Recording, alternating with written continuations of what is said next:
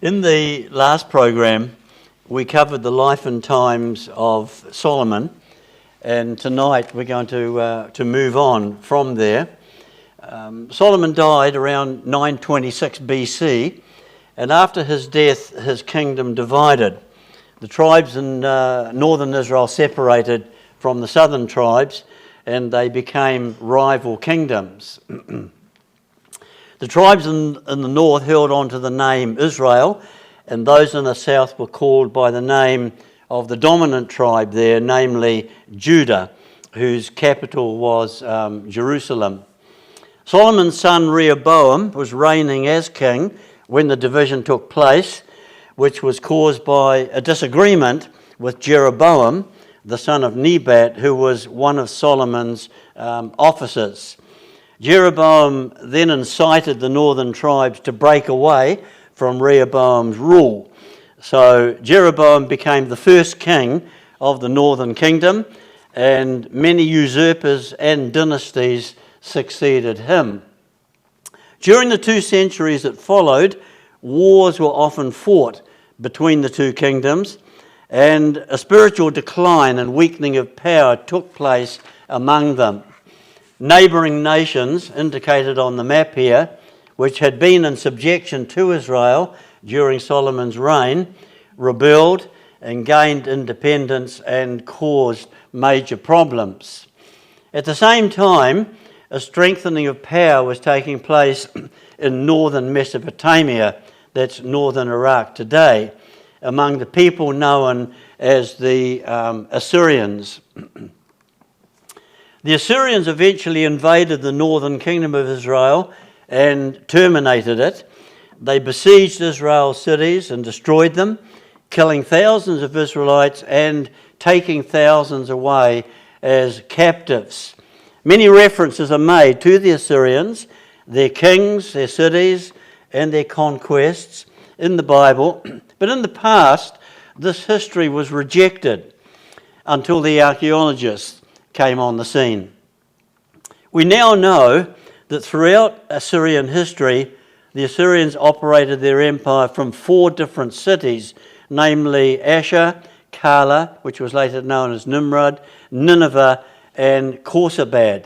These cities were situated on the bank of the river Tigris, and they are shown on the map here. Here they are up here: Khorsabad, Nineveh, Kala, and Asher. So take a mental note of these sites, because the ruins of those ancient cities have been found and have revealed many interesting things which confirm Bible history. Ancient records inscribed on stone have been found in the ruins of those cities, which refer to Assyrian kings by name, who are also referred to in the Bible. On the screen, they're listed in order of their reign. We'll be starting with the first one, Ashur-nasirpal. This is a statue of him that was found in the ruins. He was a dynamic, very aggressive king who moved the capital from Ashur north up to Nimrod. The Assyrian Empire from this time forward grew and increased, and at the height of its power, it embraced the whole Middle East, as seen on this map here. It stretched for more than 1,600 kilometres from Egypt almost up to the Black Sea and across to the Persian Gulf, incorporating the whole of the Fertile Crescent of Mesopotamia. But in spite of its great power, the Bible prophets living at the time declared that its cities would be destroyed and disappear. For example, the minor prophet Nahum. They proclaimed that the empire was destined to completely vanish without a trace, and these predictions were very accurately fulfilled. Even 2,000 years ago, a traveller wrote these words, quote, "Nineveh has perished, no trace of it remains. No one can say where it once existed." The following pictures demonstrate the point. They were taken of the area where Nineveh, the great capital of the Assyrian Empire, once stood. This picture was taken of sheep grazing on the grass which covered the walls and mounds of the ancient city of Nineveh. It's quite significant because the Bible prophet Zephaniah, which Morris read to us this evening, predicted that Nineveh would become a desolation and that flocks would lie down there. Palaces became pastures, exactly as foretold in the Bible, until one spectacular decade in the middle of the 19th century.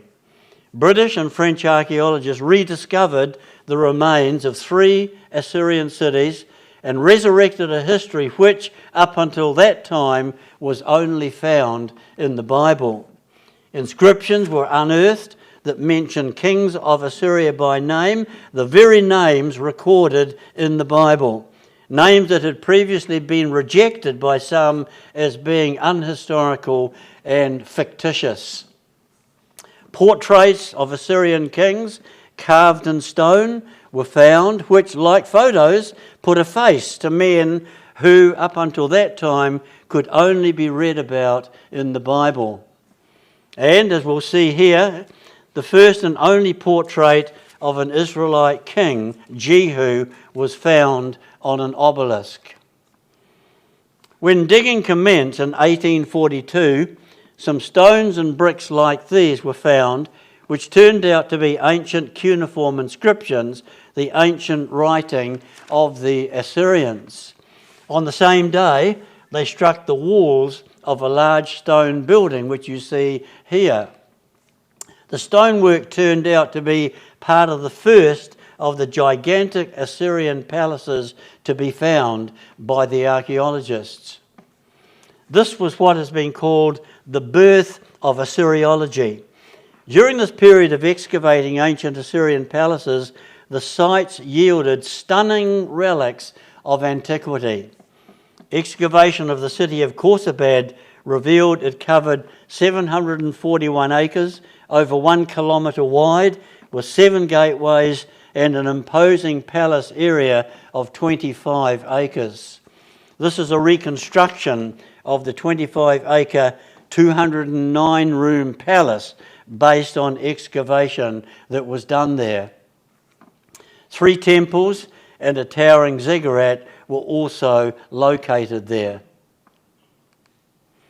This picture was taken during the unearthing of elaborately decorated human-headed winged bulls.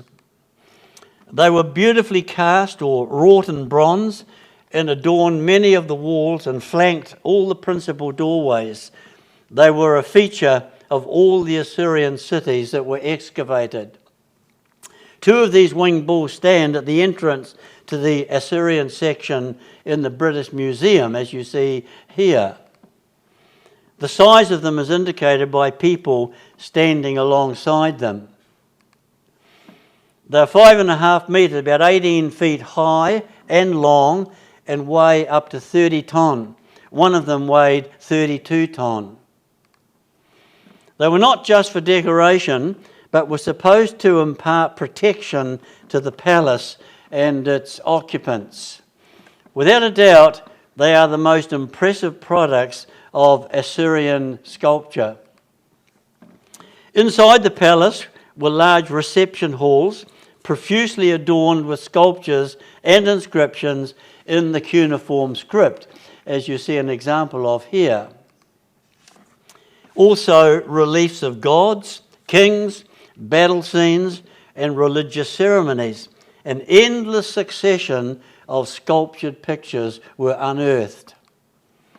They were all carved on the walls, portraying in great detail the daily life and the history of the Assyrians, so many as to absolutely stagger the archaeologists.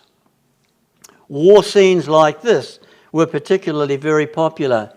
The Assyrians were a very aggressive and warlike nation, and many of the reliefs that were found certainly portrayed that. This relief, now in the Paris Museum, is one of many of Sargon himself. Up until Sargon's palace was unearthed, no secular historian had recorded his name or reign or the name and reign of any other Assyrian king. There was only one known reference to Sargon in the whole world of ancient literature, and that was in just one verse in the Bible in the Old Testament, in Isaiah chapter 20, verse 1. As you see, it refers to Sargon, the king of Assyria. Some had accused the Bible of inventing Sargon, but archaeology has shown that he was a real historical character. This relief here depicts him with one of his officials. In 1845, Henry Layard, the Englishman, started excavating at Nimrud, now known as Kala, south of Khorsabad.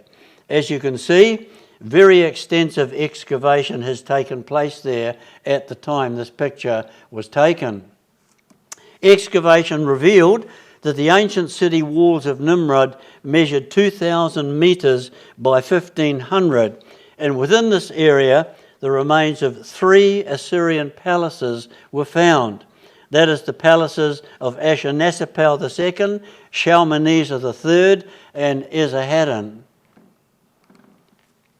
Both Shalmaneser and Esarhaddon are referred to by name in the Bible. So the discovery of their palaces caused great interest in the biblical world at the time. Layard found that the palaces at Nimrud also had huge bulls guarding the entrances, and the walls were lined with countless sculptures, all explained by accompanying cuneiform text. One didn't have to guess what they meant. It was very clearly written up in the ancient text. This picture gives an idea of what the interior of an Assyrian palace looked like in its prime and glory. One of the most significant discoveries at Nimrud was this obelisk pillar, originally set up by King Shalmaneser III, referred to several times in previous programs. It has panels with scenes around it on all 4 sides, with cuneiform text explaining them. There was great excitement when it was discovered because on one of the panels, a king of Israel, Jehu, who is referred to in the Bible, is depicted kneeling in front of Shalmaneser offering tribute. This is the scene here.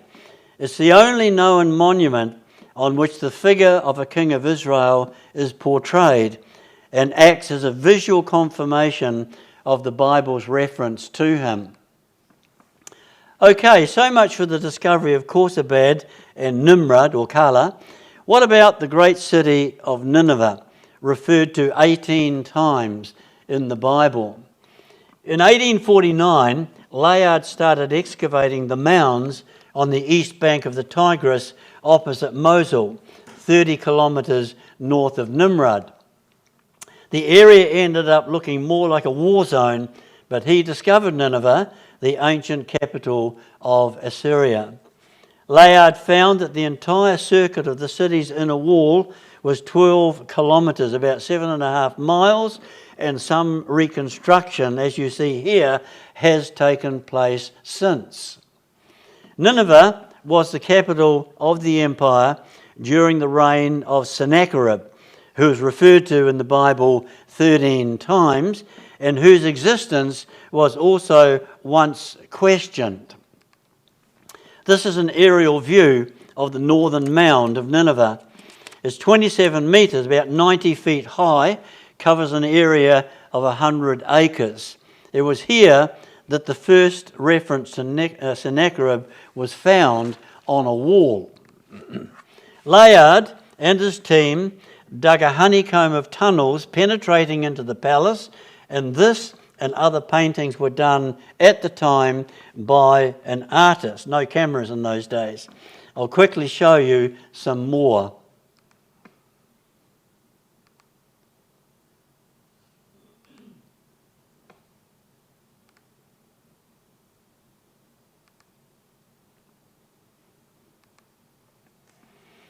As in the case of the palaces at Khorsabad and Nimrud, the approaches to the palace here were also guarded by winged bulls, as you see.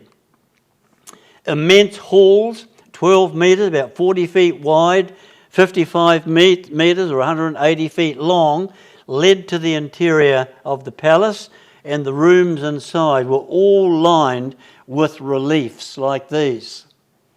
So many reliefs were found lining the corridors that if they were placed side by side in a row, they would stretch for 3 kilometres. As you can see, the museum has, in a limited way, tried to recreate the spectacle by lining the walls with rows of some of the reliefs. I'll show you in fairly quick succession some more.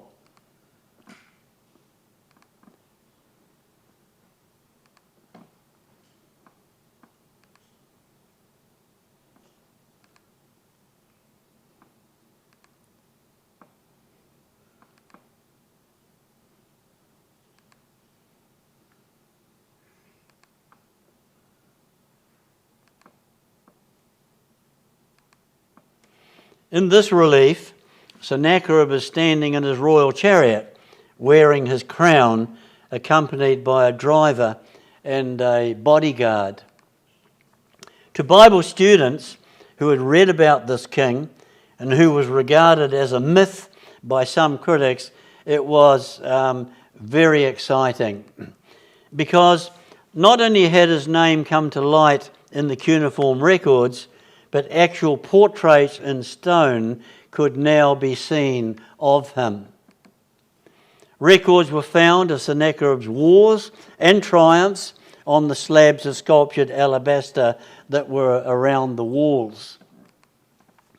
A complete account of his 8 military campaigns, including the ones against Israel, recorded in the Bible, were also included among these reliefs.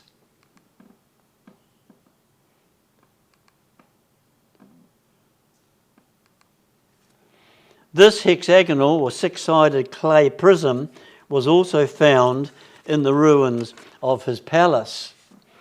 In neat cuneiform writing, it records the principal campaigns and victories of Sennacherib, including his campaign against Jerusalem when Hezekiah was king, a piece of history also recorded in the Bible. In his campaign against the Jews, Sennacherib besieged a city called Lachish, and he had it recorded in a series of reliefs like this one. The Bible records this siege in detail, and the reliefs on the walls of Sennacherib's palace are a pictorial confirmation of it. In 1853, the palace of Ashurbanipal was found in the northern sector of the Nineveh Mound, which is up the top of the picture. Ashurbanipal was the last great king of Assyria and reigned from about 669 BC to 627. As you can see here, he's referred to in Ezra chapter 4, verse 10, underlined in red there. Portraits of him, like this one, were found in his palace, putting a face to yet another biblical name once regarded as fictitious and unhistorical by Bible critics. Judging from the many reliefs found relating to lion hunting, it must have been one of his favourite pastimes. I'll show you a few more pictures in relation to that.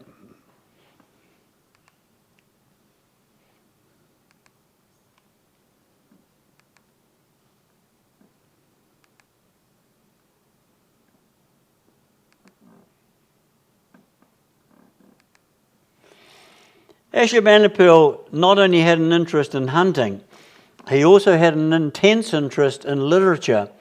For this reason, this statue was erected in Mosul of him holding a lion and a tablet. His library contained nearly 100,000 writings on clay tablets collected by scribes from every city on every subject, bilingual copies had also been made. In one of the tablets, Ashurbanipal says this, quote, "I had joy of reading inscriptions of stone from the time before the flood."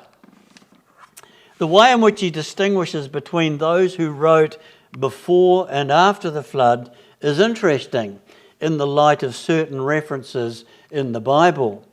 They refer to those who lived before and after the flood in Noah's day. Even the Encyclopaedia Britannica made this observation in Volume 2, page 960 of the 1964 edition.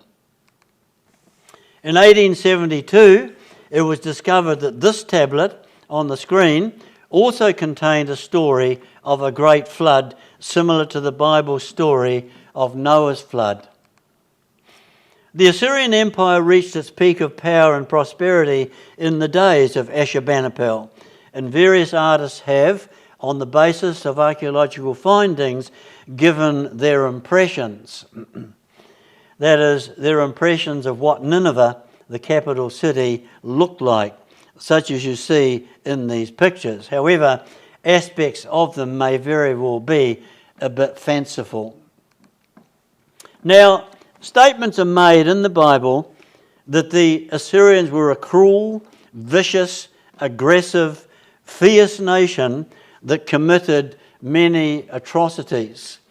Their reputation for savagery and sadism caused people to tremble with fear and go weak at the knees and be seized with stomach pains when they heard that the Assyrian army was heading in their direction towards their city.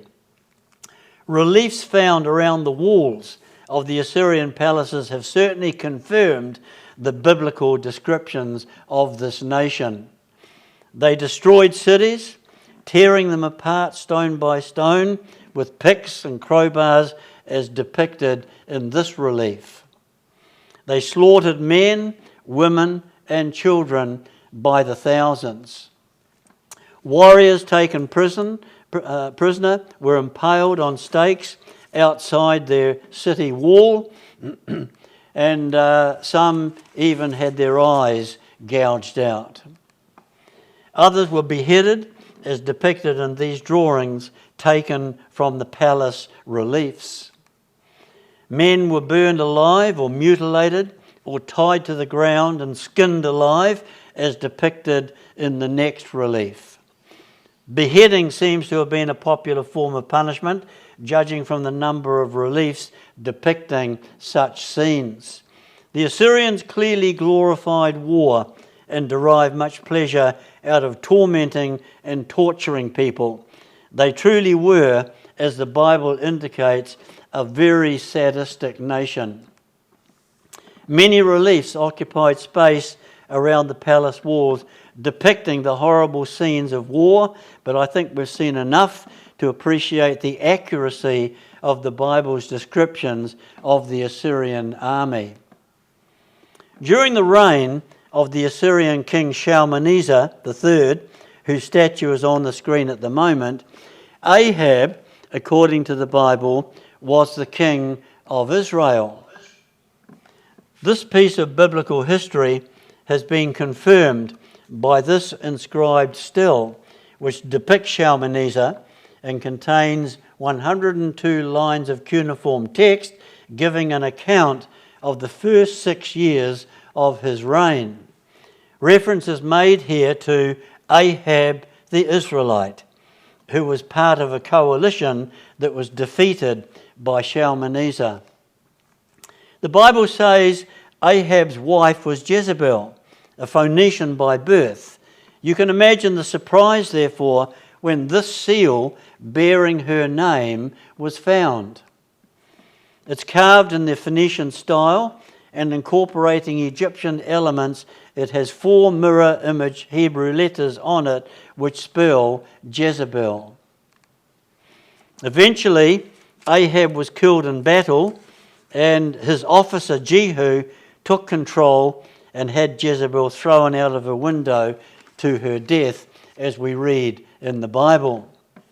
Shalmaneser was still king of Assyria at the time, and he left that remarkable record behind, confirming that Jehu became king of Israel. We've already seen it, Shalmaneser's black obelisk stone on which he recorded his military campaigns and victory over 5 particular kingdoms. On one of the panels, as I've mentioned, a man seen prostrate before Shalmaneser, and the cuneiform text tells us that it is Jehu, the king of Israel. Attendants behind him are actually offering tribute to the king of Assyria. So far, as I've said, this is the only monument found which presents a sculptured relief of an Israelite king. And for this reason, it's one of the most significant and unique confirmation of Bible history found in the ruins of the Assyrian kingdom. A succession of weak Assyrian kings came after Shalmaneser. One of them is depicted on this still, which was found in an Assyrian temple. It's called the Joash still because reference is made on it to Joash, a king of Israel, paying tribute. This is another confirmation of Bible history because, as you see on the screen, reference is made to Joash in 2 Kings chapter 13. He lived in the days of Elisha and was the second king after Jehu and continued to pay tribute to Assyria. Eventually, a strong king, seen here, arose in Assyria around 745 BC, namely Tiglath-Pileser III, who was a brutal tyrant. His goal was to conquer Syria, Palestine, and Egypt. He's referred to in the Bible in 2 Kings chapter 15 and 16, and his identity has been confirmed. It's been confirmed a number of times by various reliefs and records, such as we're looking at here, which were found in his palace at Nimrud. Here is Tiglath again. Israel's king at the time, reigning at Samaria, according to the Bible, was Menahem. 2 Kings chapter 15 says that Tiglath-Pileser invaded Israel during Menahem's reign and gave Tiglath 1,000 talents of silver as a ransom. This relief, which we saw earlier, confirms this. It refers to Tiglath receiving tribute from Menahem, then returning to Assyria. During the reign of Tiglath, a king by the name of Ahaz, father of Hezekiah, reigned at Jerusalem over the southern kingdom of Judah. This is mentioned in 2 Kings chapter 16. Well, as we see on the screen, we have an ancient Hebrew inscription impressed on a piece of clay by the very seal of Ahaz himself. It reads, "Belonging to Ahaz." References are made in the Bible to Israel being warned that the Assyrians would invade and take prisoners away into exile, and reliefs like this one relate to that. It shows prisoners carrying exiles' bundles and also their sheep being taken away as well. This is another exile scene found on one of the reliefs. And this one. The Bible prophets warned the Israelites that they would be led away into exile naked and with collars or hooks, and that is what happened, and various reliefs like this one here testify to the truth of that. When Tiglath and his armies withdrew from northern Israel, they left Israel mortally wounded, reducing the kingdom from what you see here, that's the top blue area, to a tiny area, just a pinpoint depicted as a red dot on this map. All that was left was the 20-acre royal capital city of Samaria, with its few square kilometres of hinterland providing it with corn and barley. Samaria was spared, because Hoshea, the last king, was willing to be subject to Assyria and pay tribute. And Tiglath's records confirm this. So also does the royal seal that you're looking at on the screen at the moment. The ancient Hebrew inscription on it reads, belonging to Abdi, servant of Hoshea. But Hoshea ended up rebelling against Assyria, resulting in the Assyrians coming down and laying siege to Samaria. 2 Kings 18 verse 10 says, the siege lasted for 3 years.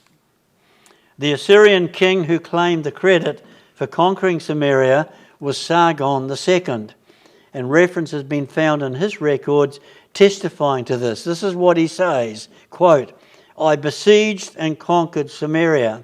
I led away into captivity 27,290 people who lived there.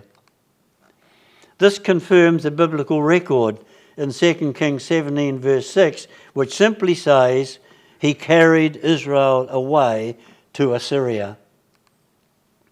Talking about sieges, reference is made in the Bible, for example, Ezekiel 26 verse 9, to the engines of war, which some modern translations render battering rams, which the Assyrians used to besiege cities and break down the walls. You're looking at a relief of one here. Thanks to the archaeologists, a number of scenes relating to siege engines have been found. This one here is displayed on a gate panel that was unearthed. In this picture, you're looking at the mound upon which the city of Samaria, the ancient capital of northern Israel, was built. Since 1908, several excavations have taken place on this mound, and evidence of Israelite occupation dating back to biblical times has been found. Ahab's wife Jezebel, being a Phoenician, was a devout worshipper of Baal, and she influenced her husband and the nation. Significantly, images and statues of Baal were found everywhere by the archaeologists. Some were shown in a previous program. I'll quickly show you a few more.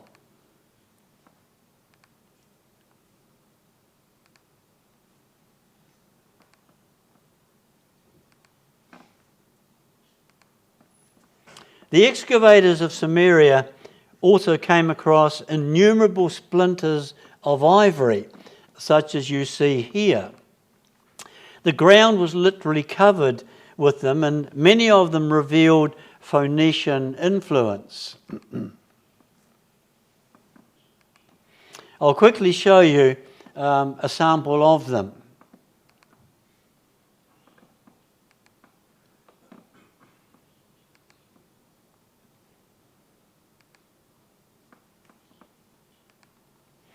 Finding so much ivory at Samaria was quite significant in view of a reference in the Bible in 1 Kings 22 verse 39 to King Ahab making an ivory house there. That's how it's worded in 1 Kings, an ivory house.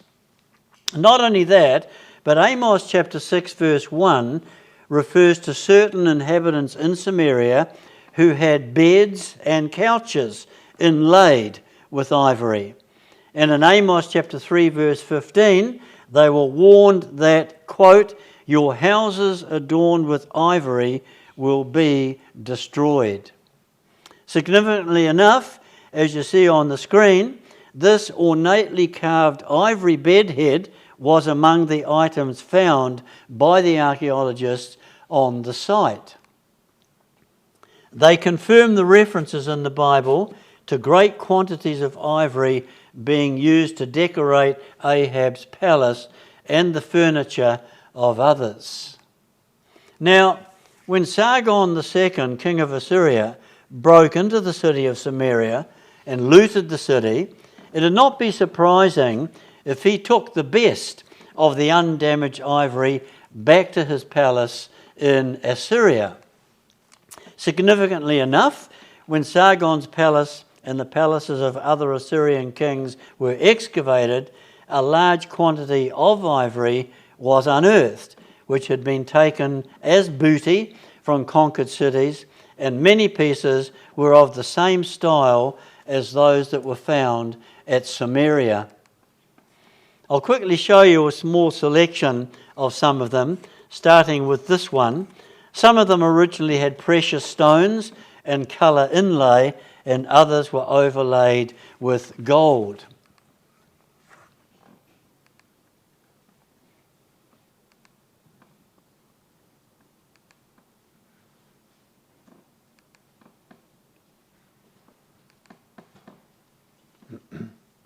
Moving on with the history involving Assyria and Israel, Sargon was succeeded by his son Sennacherib, and the relief on the screen, which we saw earlier, shows him in his chariot with bodyguards. Sennacherib is referred to 13 times by name in the Bible. He's the Assyrian king who invaded the southern kingdom of Israel, known as Judah, when Hezekiah reigned as king at Jerusalem. 2 Kings 18 verse 13 puts it like this, quote, "Now in the 14th year of King Hezekiah did Sennacherib king of Assyria come up against all the fortified cities of Judah and conquered them." End of quote. His campaign trail is shown on the map here. The crucial battle took place in 701 BC at the heavily fortified city of Lachish, which was 50 kilometres, about 30 miles southwest of Jerusalem. This is the mound upon which the city of Lachish used to be in biblical times. The flat elevated summit is 18 acres, that's about 7.2 hectares, and was an ideal site for a fortified city. As you can see, it has undergone extensive excavation. Reconstructions have been done of the city based on excavations of the site, such as this one, and also based on reliefs found at Nineveh in Sennacherib's palace, which are quite detailed. Lachish was a city of strategic importance because it guarded the main road leading up to Jerusalem. The Assyrians built a siege ramp with sand, soil and rubble, and they breached the walls of the city. As you see here, remnants of the original ancient wall of the city have been excavated and exposed. And as you can see here, holes and breaches made by the ancient siege engines were also found. And what you're looking at here is what used to be the Assyrian siege ramp. Originally, it was 55 metres, about 180 feet long. It's the oldest siege ramp found in the Middle East, being about 2,700 years old. The outline of Israel's counter ramp can be seen here, which was built inside the wall of the city.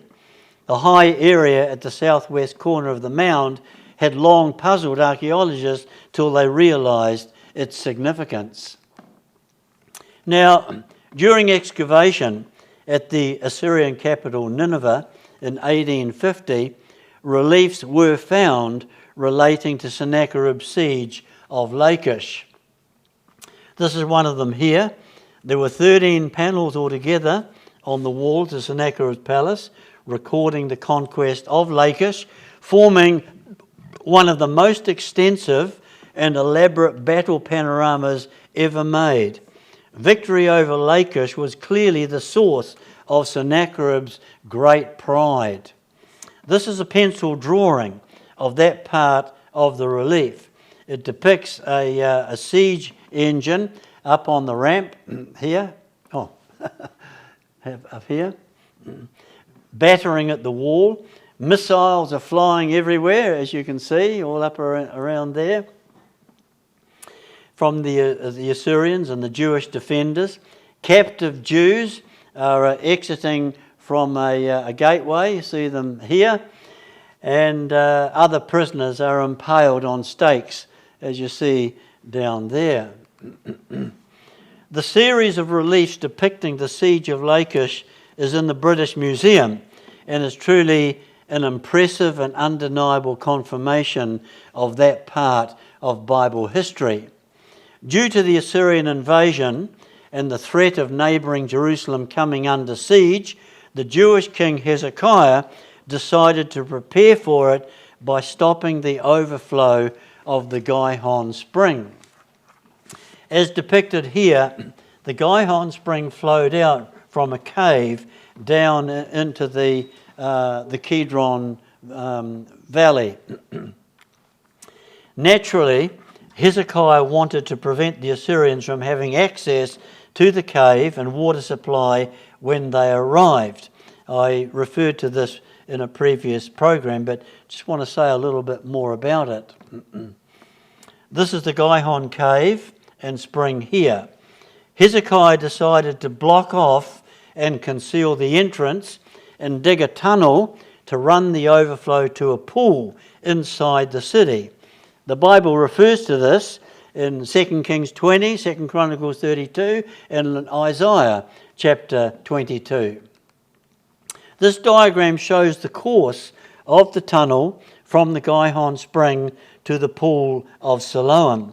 As you can see, it's not straight, but has a number of bends. If it had gone straight, it would have gone outside the wall of the city, and the Assyrians would have been able to dig down to it and cut off the flow. This is the pool of Siloam. Siloam means sent, and was so named because the water was sent there from the spring through the tunnel.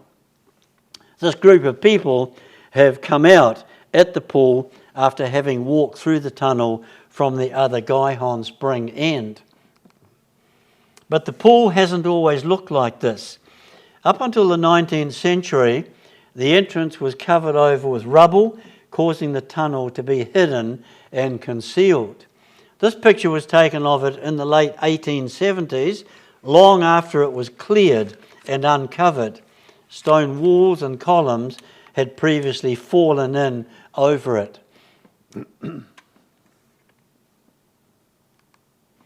For centuries before it was cleared, the tunnel had been covered over. People could have questioned whether the references to it in the Bible were factual or fiction. None of the local Arabs were prepared to enter the tunnel due to believing a dragon lived there. But early explorers entered in 1838 with a lamp and found the whole length had a lot of silt in it. Since then, the silt's been cleared out. The tunnel measures about 534 metres, that's 1,750 feet, about a third of a mile. In 1880, about 6 metres, that's at 19 feet inside the tunnel from the pool entrance, some peculiar marks, like carvings cut into the rock wall, were discovered, such as you see here. The carvings were actually letters forming an inscription. When the lime deposits were removed from the indentations of the letters, a cast, then squeezes of the inscription were taken, revealing the original appearance as you see on the screen here. The original inscription's not in the wall today. A Greek who hoped to become rich by selling it hacked it out of the wall in 1890 and broke it. The woman on the screen is actually pointing to where it was cut out. But the Israelis made a replica and attached it to the wall in the tunnel, as you see here. Here it is again, and from this angle you can read an explanation above it in Hebrew or English. It says, "You are standing at the place where the Shiloh inscription, written approximately 2,700 years ago during the reign of King Hezekiah, was discovered. The Turkish authorities who ruled Jerusalem when the inscription was hacked out confiscated the stone, put it back together as best as possible, as you see here, and it was sent to the Turkish Museum at Istanbul to be exhibited, as you see here, and that's where it still is today. It consists of 6 lines and is in the pure ancient Hebrew script, current before the Babylonian exile, during which period, of course, Hezekiah dug the tunnel. The inscription explains that the tunnel was excavated by 2 gangs starting at 2 opposite ends and meeting in the middle. This is what is meant when it says the excavators lifted their picks each toward his neighbour. Let's read it. Behold the excavation. Now this is the history of the excavation. While the excavators were still lifting up their picks, each towards his neighbour, and while there were yet 3 cubits to excavate, there was heard the voice of one man calling to another, for there was an excess in the rock on the right hand and on the left. And on that day they completed the boring through. The excavators struck pick against pick, one against the other, and the waters flowed from the spring to the pool, a distance of 1,200 cubits. And 100 cubits was the height of the rock over the head of the excavators, that is up to the ground level above. The tunnel today is a popular tourist attraction, especially to those who know its history recorded in the Bible. To discover something so directly related to a historic event in the Bible is always a great thrill to archaeologists, not to mention to Bible students. It would be hard to imagine, short of the tablets of the law themselves, an artifact of greater importance than this in Israel's history. The water flows at a fairly even depth of 23 to 30 centimetres, that's 9 to 12 inches, so shoes and socks have to be removed. And long trousers and dresses are best rolled and lifted up, while an official guide leads the way through with a torch. But as you see, not all roll their trousers up. While we're on the subject of rock inscriptions, I'd like to show you another one in a rock tomb, which dates back to the same period. Along the slope of the Kidron Valley, seen here, are tombs, some of which are cut over 10 metres, about 35 feet, into the hillside. At the end of them is a chamber with a rock-cut receptacle in which a coffin could fit. Of particular interest to Bible students is this tomb, due to the inscription found inside it on the lintel. The inscription is superimposed at the top of the picture up here. The inscription tells us that the tomb belonged to Shebna, the manager of the royal household, and is written in the same early Hebrew as the inscription in Hezekiah's tunnel. Believe it or not, the Bible in Isaiah chapter 22 refers to Shebna, a high official, a steward in King Hezekiah's court, who was carving out a tomb for himself on the rocky hillside at Jerusalem. Okay, let's return to and finish the story about Sennacherib. While Lachish was falling to him, he sent a message to Hezekiah at Jerusalem, using threats and fear tactics to intimidate him into surrendering in order that he might avoid having to have a siege and a battle.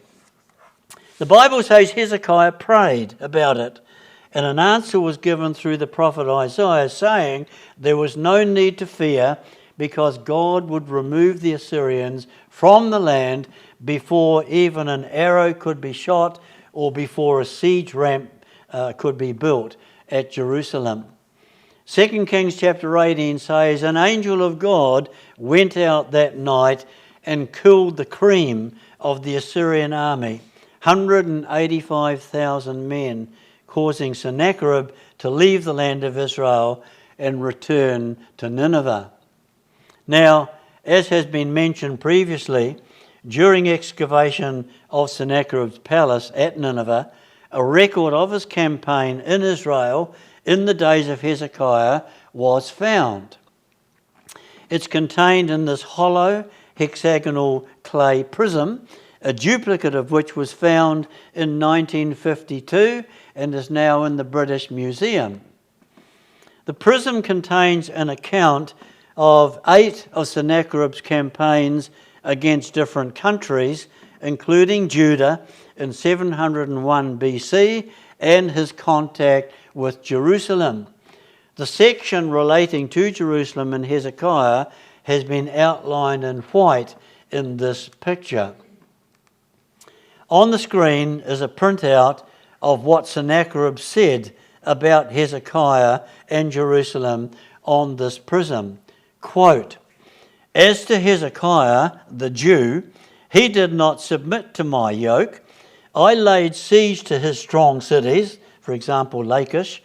"Himself I made a prisoner in Jerusalem, his royal residence, like a bird in a cage. I surrounded him with earthwork in order to molest those who were his city's gate." End of quote. Significantly enough, Sennacherib makes no reference to besieging and conquering Jerusalem. Earlier on in the prism, he mentioned besieging and conquering 46 of Hezekiah's strong walled cities, but not Jerusalem. Sennacherib merely says that he shut Hezekiah up in Jerusalem like a caged bird. But that was only half a truth. Hezekiah had actually shut Sennacherib out. It was Hezekiah's city, and he was in control of it. He refused Sennacherib's demand to surrender, and he locked the gates on him, and he shut him out. Sennacherib's record on the prism, therefore, confirms the biblical record. The proud king of Assyria, who always conquered cities, obviously would not want to record any failure or disaster. He certainly wouldn't want to record how he lost the cream of his army outside a Jewish city in one night without a single arrow being fired, forcing him to retreat and to go back home with his tail between his legs. Sennacherib's failure to conquer Jerusalem is also indicated by putting up so many reliefs of the capture of Lachish in the most important room in his palace to commemorate his campaign in Judea. We can be sure if he had captured Jerusalem, the capital city itself, reliefs of the siege and capture of that city would have had pride of place on his palace walls instead of Lachish. Sennacherib never came back to Judea. The Bible, 2 Kings 19 verse 37, says he was assassinated by 2 of his sons, and another son, Esarhaddon, succeeded him. Esarhaddon's own records have been found and confirm the biblical record. The next and last great king of Assyria was Ashurbanipal, referred to in the Bible in Ezra 4 verse 10. And as I mentioned earlier, he loved not only the power of the sword, but also the pen. However, the predominance of war scenes on the palace walls indicates Assyria was still very much a military-oriented nation. She was clearly a nation that lived by the sword, and the next relief illustrates that. It shows Assyrians revering a sword on an altar as a symbol of a god. But as the Bible says, he who lives by the sword dies by the sword. And so, as the Bible prophets predicted, The Assyrian Empire was conquered by the Babylonians and ultimately disappeared, and her palaces were turned into pastures for sheep. And were it not for the archaeologists, they would have been lost and forgotten forever and be regarded by many as a biblical myth. But as the science of archaeology has demonstrated time and time again, there's nothing mythical about Bible history.